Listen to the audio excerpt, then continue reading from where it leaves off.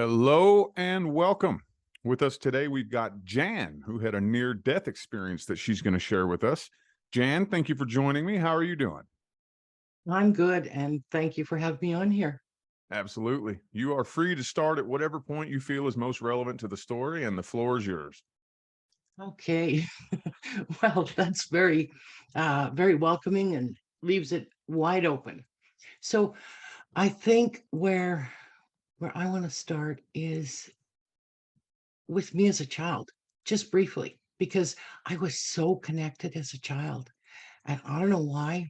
I mean, I've come to some understandings just in the last couple of weeks that are kind of mind-blowing for me. And that is that we're souls and we come here to elevate, to grow our souls. And that is our main purpose for many of us. Now, I think I'm an old soul, and I think old souls grow their soul. Not everybody is that and does that, but I think that's me and anybody else who thinks they're an old soul. So as a child, I'll give you this example because I was just thinking about it before we started talking, and so that seems appropriate to begin there. Um, when I was about 6 years old, my mom got really ill, and she was being taken away in an ambulance. So we were all sent to our rooms, not supposed to see what was going on. Of course, I snuck down, I got a chair and went over to the kitchen window to see what the hell was going on. And I looked out and they were loading mom into a stretcher, and I was just full of this feeling of, oh my God. And then this feeling of calm came over me, and this idea was presented. She's just going where she needs to go to get healthy, and she'll be fine. So I just settled right down, and I did not worry about her again until she came home. And when my sister would be teary, I'd say, "What's wrong?" And she'd say, "Well, I'm worried about mom." I said, "She's going to be fine. Don't worry about her."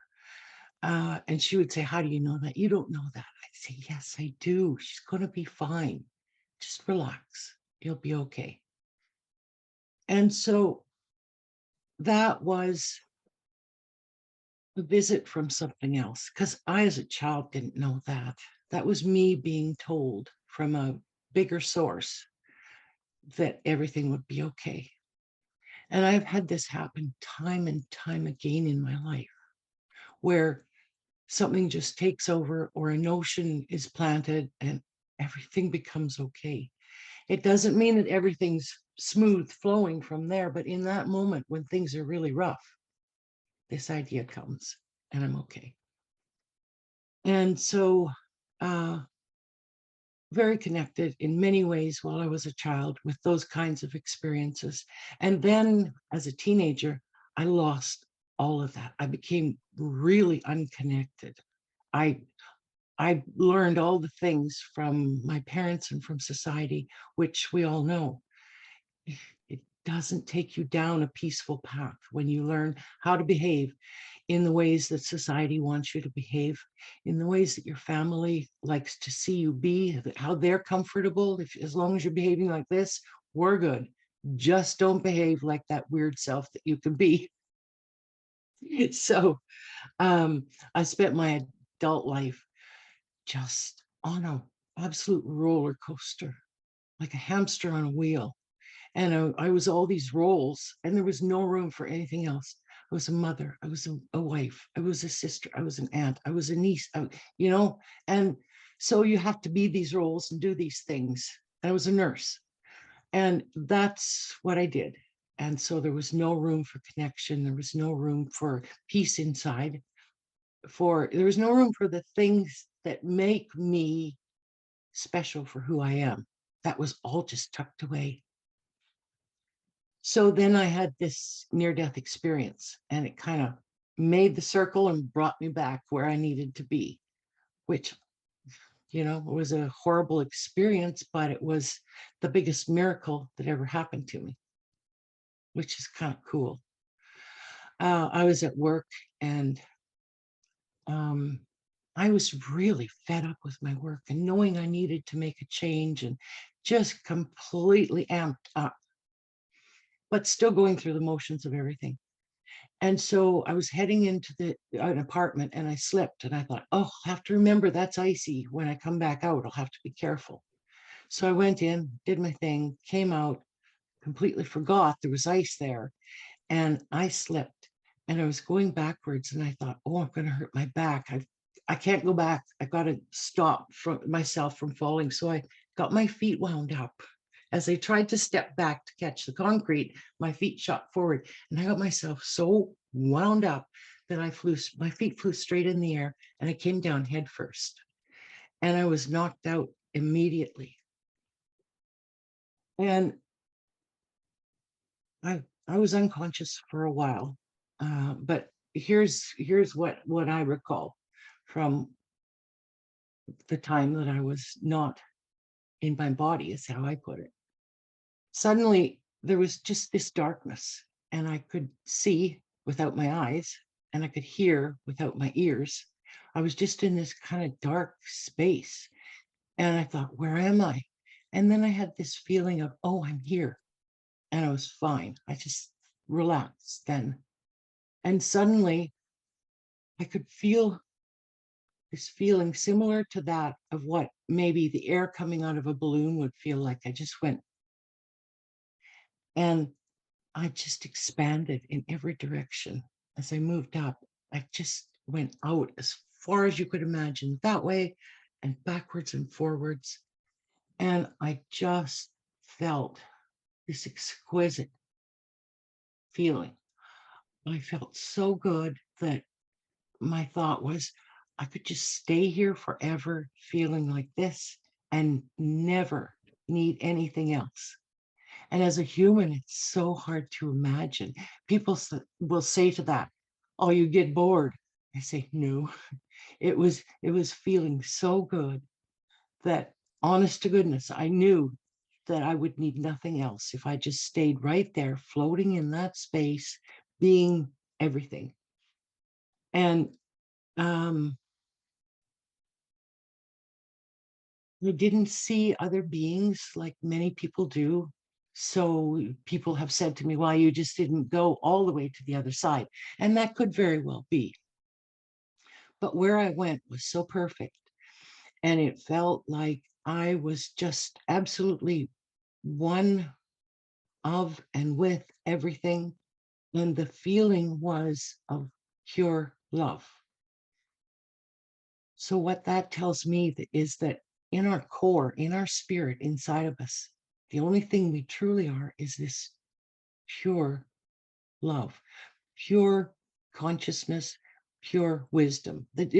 It's any of those words and all of those words all in one.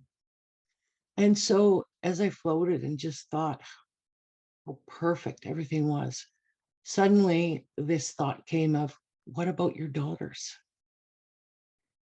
And I looked around and I could see the big white light coming towards me very quickly. And I thought, oh yeah, my daughters, they still need me. And there was just no question of what I would do. It was just, I'm going back. And with that thought, uh, I could all of a sudden feel the density of being back in my body. And it was that same dark space. And then suddenly there was the light that you see through your eyelids coming in. So it was kind of like I just came back in and everything fell into place and I was back. And it was a huge road to recovery that I had after that because I had a brain injury. And I was in a lot of distress. But of course, I didn't feel any of that when I was in pure consciousness or pure energy or pure love. I didn't feel any of the feelings that my body was having because I was removed from that completely. Um, so it leaves me with no fear of death because I know that that's all inside of me and it's where I'll go when I'm finished here. I don't look forward to it and I don't think, oh, I want to go back there today, but I'm also not afraid of it. It's such a it's such a soothing, comforting feeling to feel like you're over that fear of death. Like it's not something that's many of us, most of us here on earth live with the feeling that death is a horrifying, terrifying thing because it's not understood. I feel like I have a big portion of understanding about it now. Um, I can still fall out of the knowing because I'm so human. And I'm, for the most part, I don't understand a lot about my humanness. I'm a whole lot more comfortable with my spiritual being, my soul, um, than I am with me as a human. So me as a human, it's messy and it's the ego and it's the brain and it's how do you deal with all that? And even though I know that I'm that, but I'm also, on a deeper level, this perfect spiritual self, I could still get lost. So I guess that's part of our humanness, right? Yeah. Um, but I do have that perfect notion, that perfect understanding when I fall into this deep humanness to say, oh yeah, but wait, I'm suffering here in the moment, feeling like this is so important and so traumatic and so significant, but knowing that it's not, knowing that we come here with a soul and we're going to leave with a soul. And anything that happens in between there, I think is just going to grow that soul beautifully,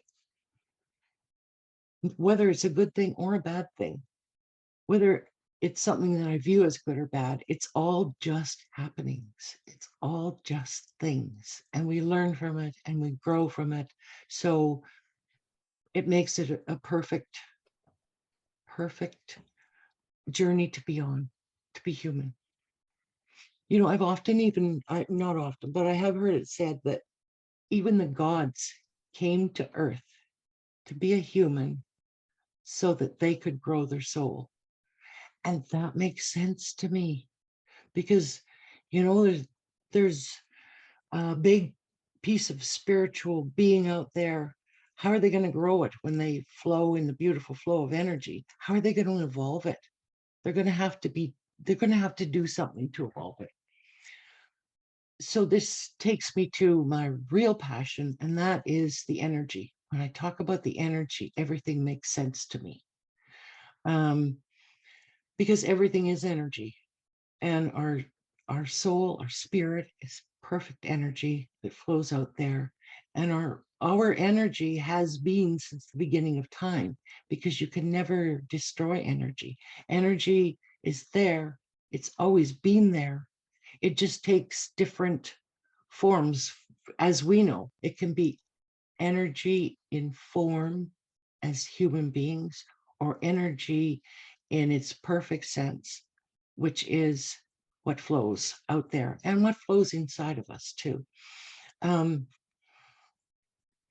I'm not a scientist, and there's so much I don't understand about physics, but I also love it because physics and spirituality have for most of time been so uh, divergent. They've been at such opposite extremes, but now they're coming so close together because physicists can see the spirituality is also physics. It's a perfect match, Mm-hmm. and Absolutely. that's cool. Yeah. Um, I, what I do is I move energy inside people, and I didn't know what the hell I was doing. Like I would be coaching someone and talking with them, and all of a sudden they'd say, "Are you doing that?" And I'd say, "Doing what?" And they'd say, "I feel something moving inside of me." And I'd say, "I don't know." I don't know. But what I've come to see is that the energy inside of us can get stuck. And we've heard many people talk about that. You have uh, you have feelings like there's darkness inside of you. People talk about it in many different ways. I don't talk a lot about darkness. I just talk about energy because energy is the everything. And if you have energy inside of you that's stuck, that can and will cause um, so many difficulties. It'll cause you to probably have a much harder time living as a human if energy is stuck in you. So, to help people create energy flowing freely through them is kind of a gift that I have.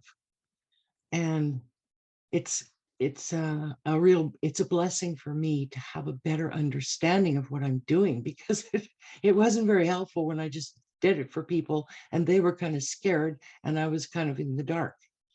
But now to see what it is I'm doing, um, I've actually learned how to call a bigger portion of my soul inside of me. And with that, I learned to connect it with my heart and get rid of energy that was stuck. So now I can do that for other people. So when I know that they are feeling energy moving in them, I know that they're at a point where they are needing to get rid of something. Something is moving, something wants to release.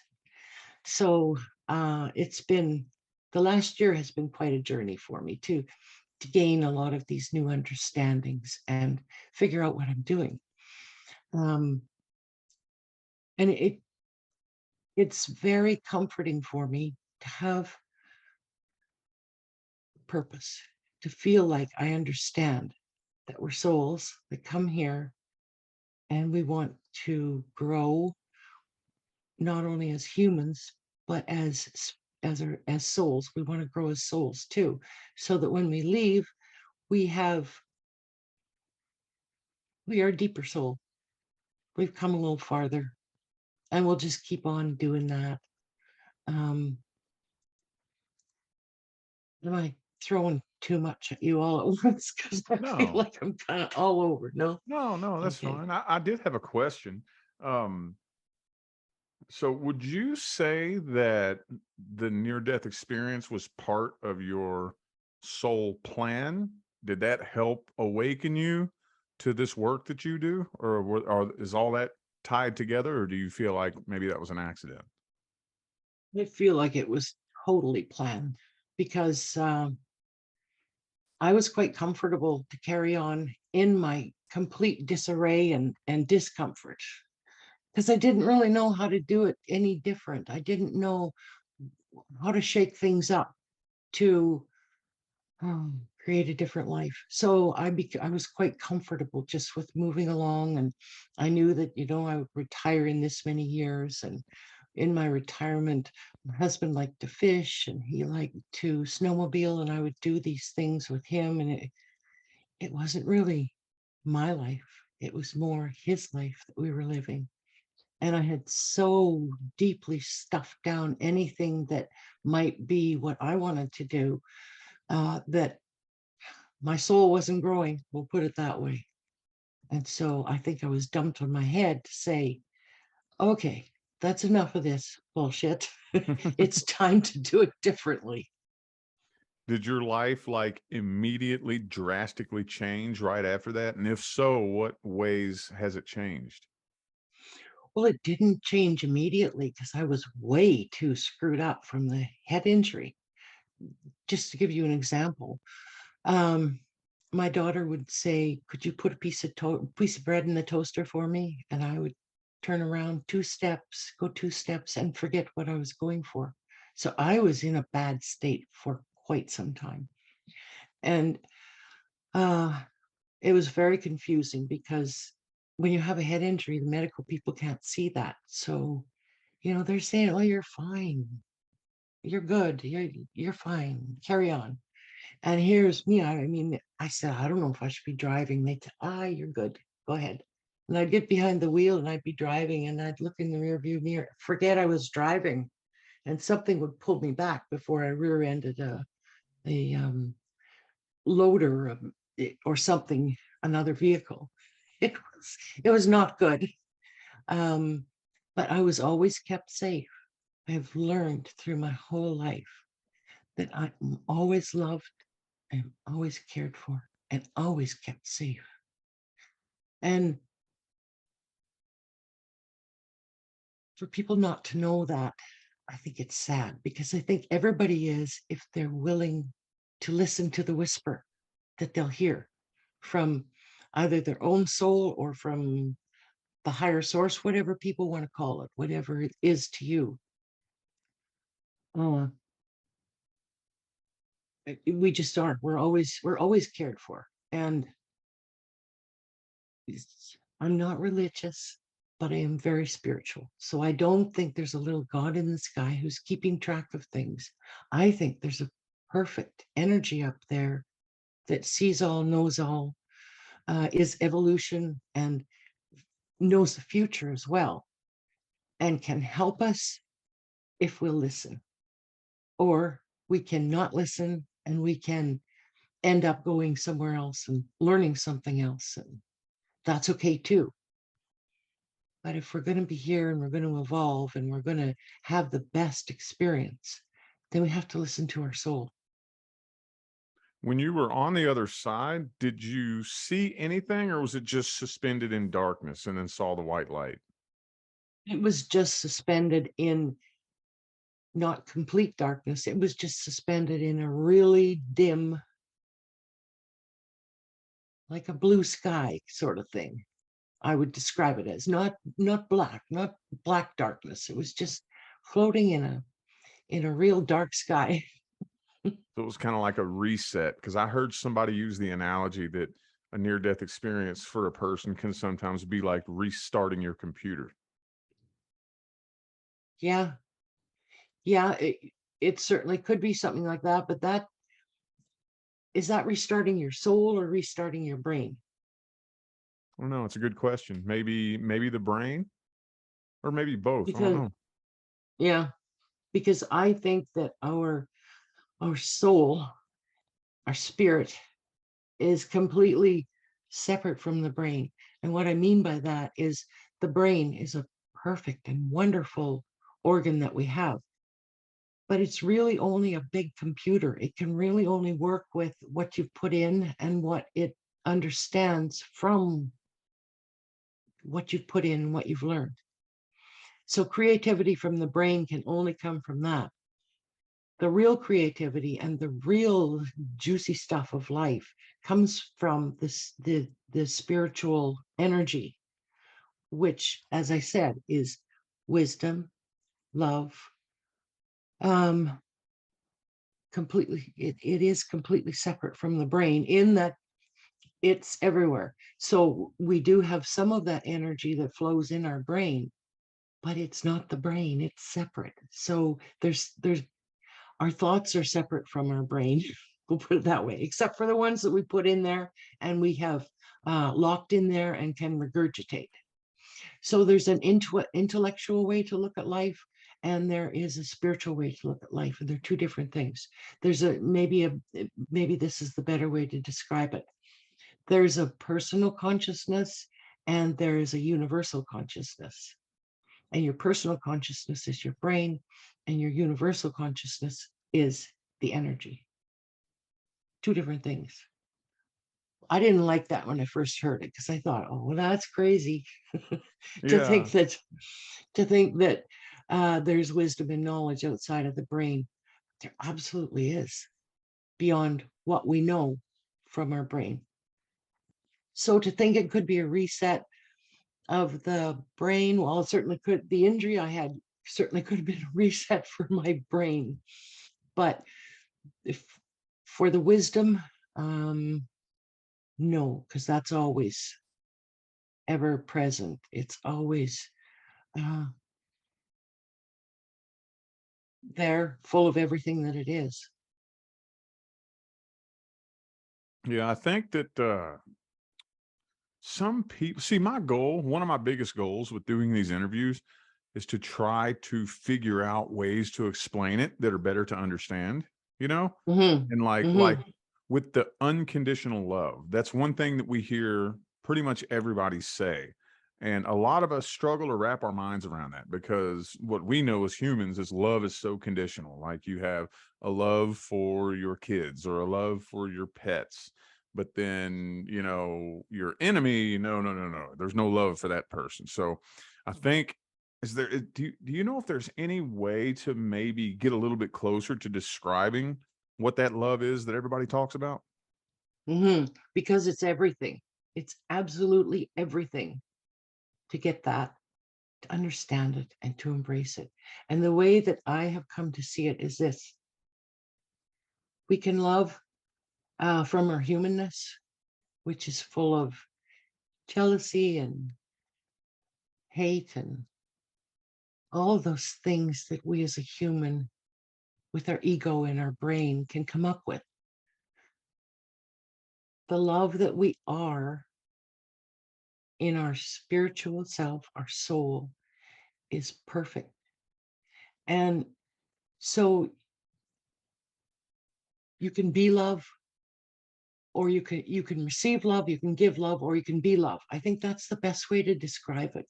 And if you're receiving love, this is the human way. If you're giving love, the human way. But if you are love, that's the spiritual way. That's the unconditional. If you just are love, does that make sense? It gets closer to making sense. I think we as humans, we're getting there. We're getting there, but we got to figure out I don't know, I just have this thing inside of me to where I want to try to figure out how to say that one little thing that makes it click, you know? Mm-hmm. And another thing Mm-hmm. too that I kind of wanted to touch on, I don't know, you didn't really mention this, but kind of like with the unconditional love, time, how they say there is no time. Did you have any experience with like there being no time when you were on the other side? No, but no, the answer to that is yes. I'm sorry. I have a bigger experience that I'll tell you about, but there there was no time. There wasn't even a feeling of space. So yes, it was timeless, it was spaceless, it was just everything. And the only thing that mattered was the feeling. Everything is the feeling. Everything is the feeling. When you feel the feeling, it takes you to such different places. I know this one's going to make me sound crazy, but I don't care anymore. I Not to just me. figure, yeah, if people want to think I'm crazy, let them. Because the more that I understand about myself spiritually, the bigger I become spiritually or in my soul. And that's my goal. So here goes. One time I was sitting looking at it was a friend of my husband's, and there was no there's no feelings there or anything. There was a nothing, and out of this nothing came this. I looked at him and I thought, what a kind, gentle man, and he does such good things for so many people. And all of a sudden, his face changed and became like that of Jesus, and his eyes were as deep. I felt like I was looking into the soul, and I could see stars. It was amazing. And I get it was timeless. It was completely timeless. I fell out of time and place and saw this, and I'm sure it only lasted for maybe 5 or 6 seconds. And then, of course, I scared the shit out of myself and thought, what the fuck is that? And I came right back to where I was. But it was the most beautiful experience that I have ever had. It was amazing. And that And I was think just that looking into was somebody's eyes? it was just looking at a person who was sitting next to me. And, I knew him very, very, um, I knew very little about him, but I just knew he was a very kind person. And I guess I was just looking at him completely through the eyes of this being love with with nothing on it, no intention, no anything. And this is what came out. For me, what I see is that was kind of jumping to a different, um, a different place. You know how people talk about 3D, 4D, 5D. And I guess that was a jump. And I guess it's open to everybody. But I do know that we have to fall into a space of complete, it's almost like a space of just being kind of perfect. There's nothing, there's no there's no good or there's no bad being placed on that particular moment. There's just this middle ground of perfection with none of the negative, none of the positive.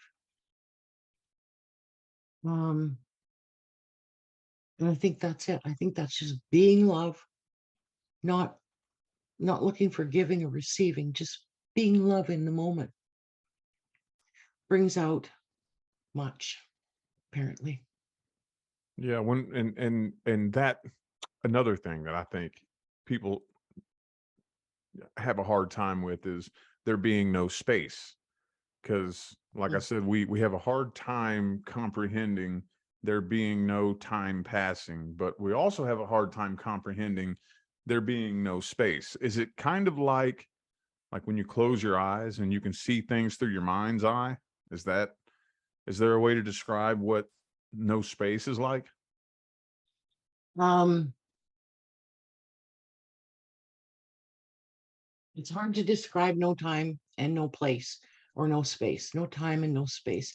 It's just like everything comes to a halt. And it's a feeling of of being suspended, kind of, yeah. And when I say it's timeless, that too is very hard for the human brain to wrap itself around because time is always moving, but just for a few seconds, it just all stands still. There's no, there's no uh, seeing, there's no feeling of anything moving. Suspension. It's the best I can do. No, that's kind of that's totally cool. That's because we're just trying to dig deeper and dig deeper. So, so you say you do this work and you're able to help people move energy within themselves. Is there any other type of spiritual work that you do?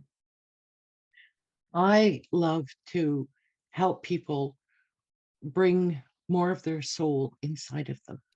So we're here and we have this cup of energy from the universe that's dumped into us, and that's us here.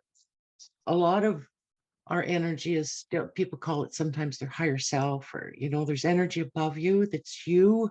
So we are not here as a human with our entire spirit inside of us. There's more to us than what we've got here. And I like to, um, through a quiet uh, session together, sit, or they can lie down while it's always on Zoom. Um, take them to a quiet place where they can pull down much more of their soul inside of them.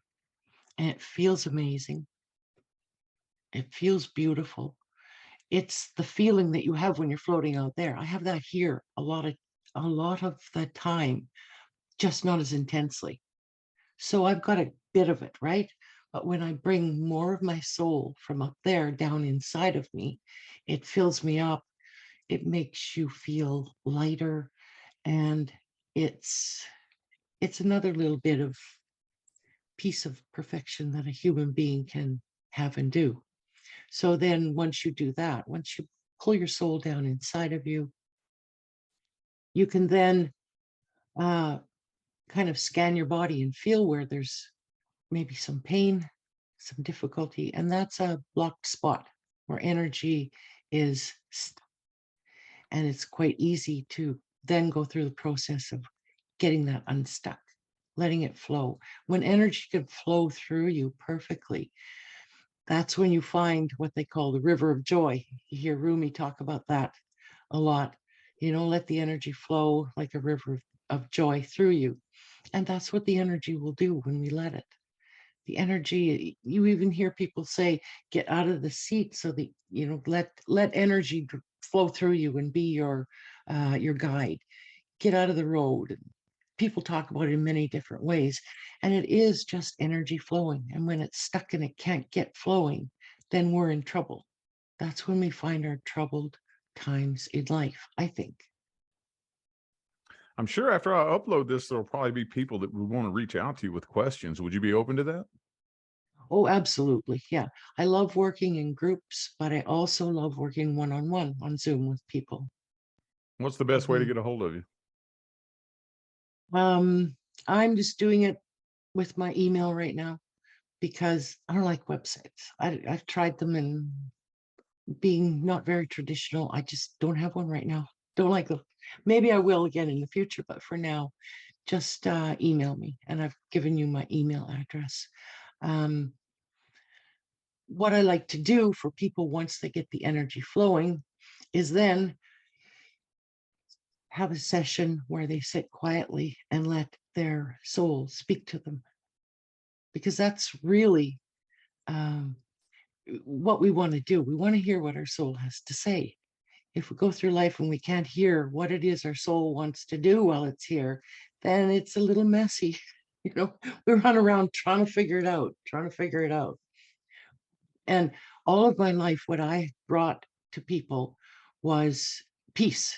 I would just, we'd sit together and they would just feel peaceful, except if people weren't open to it and I irritated them, then they would feel bored. And that too was an experience. And doesn't matter. However you experience it is perfect for you.